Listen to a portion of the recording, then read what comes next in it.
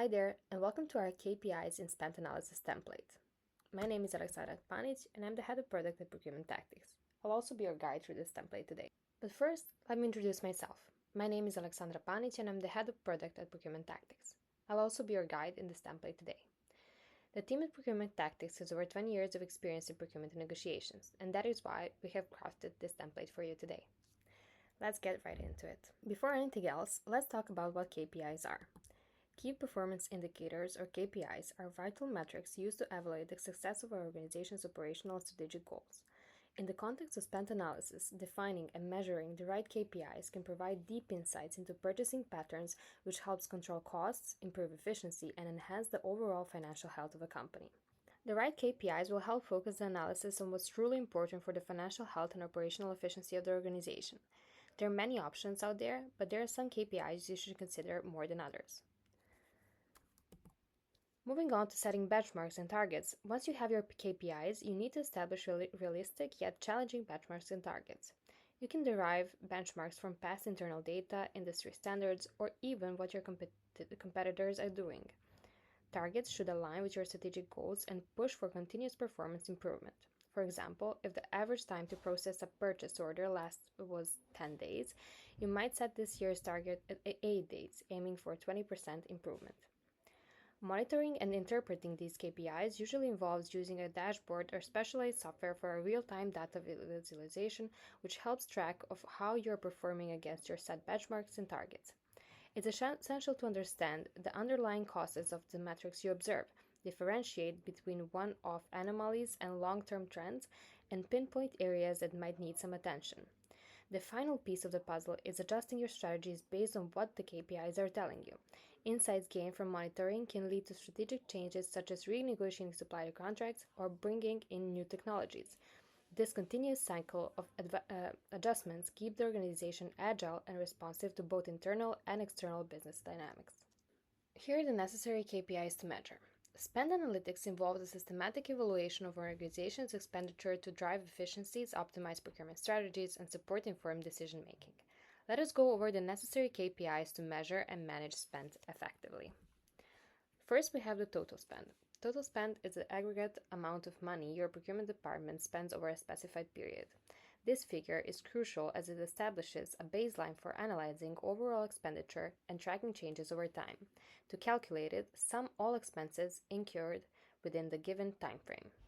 The next one is spend by category, which refers to how your department's total expenditure is allocated across different categories, such as raw materials, office supplies, and IT services. Understanding this distribution is essential for identifying which areas consume the most resources and where to focus cost-saving efforts, calculated by adding the expenses for each individual category. Next, we have spend under management, which represents the portion of the total expenditure that is actively managed and controlled by your procurement department.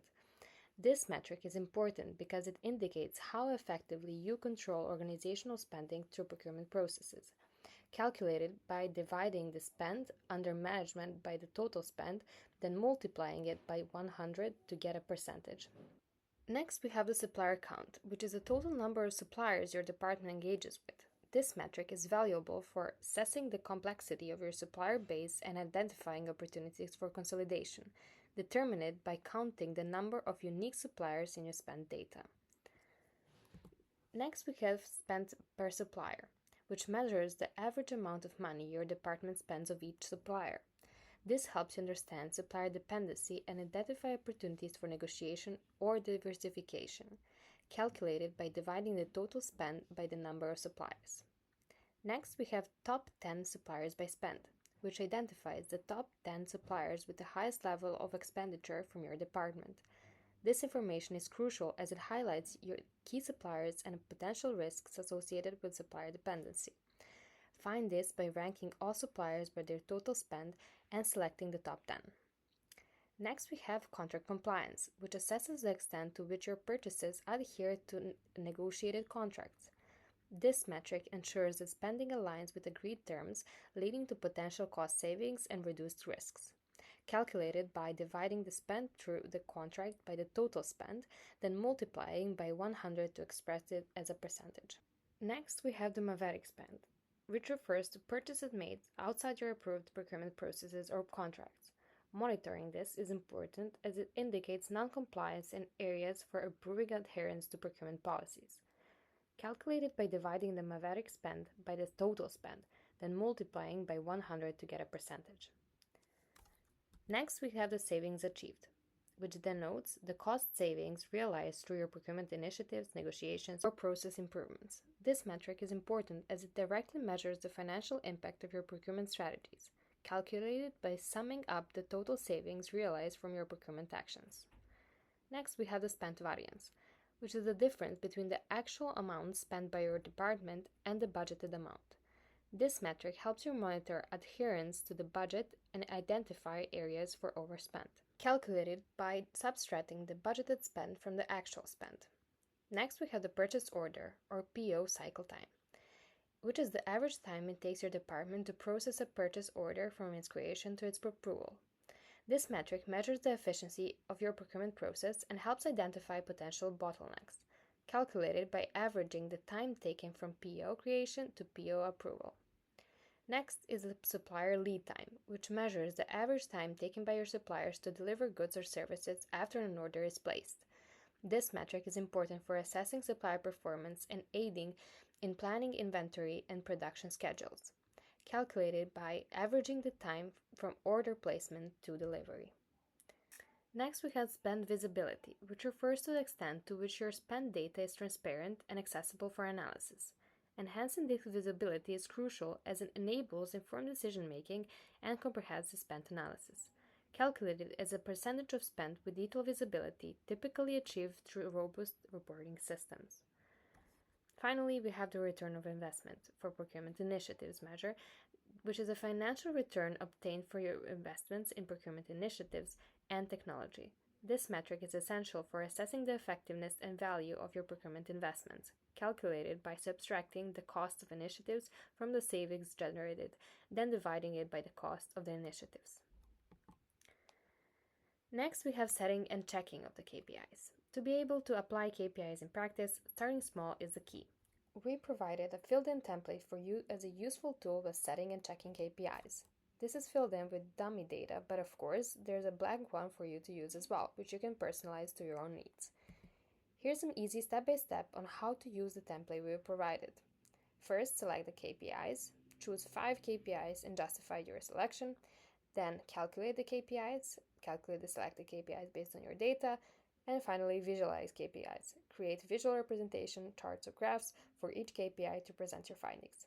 Basically, you start with spending some time looking into your data and input provided. Now, using your knowledge and the KPIs introduced earlier, select 5 KPIs and make sure those chosen KPIs for the spent data is justified. Here you can see the Excel spreadsheet that we prepared for you.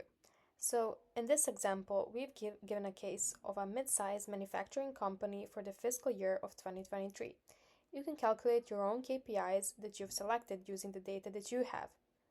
After this, you can use a preferred tool like Microsoft Excel or any other to visualize this data.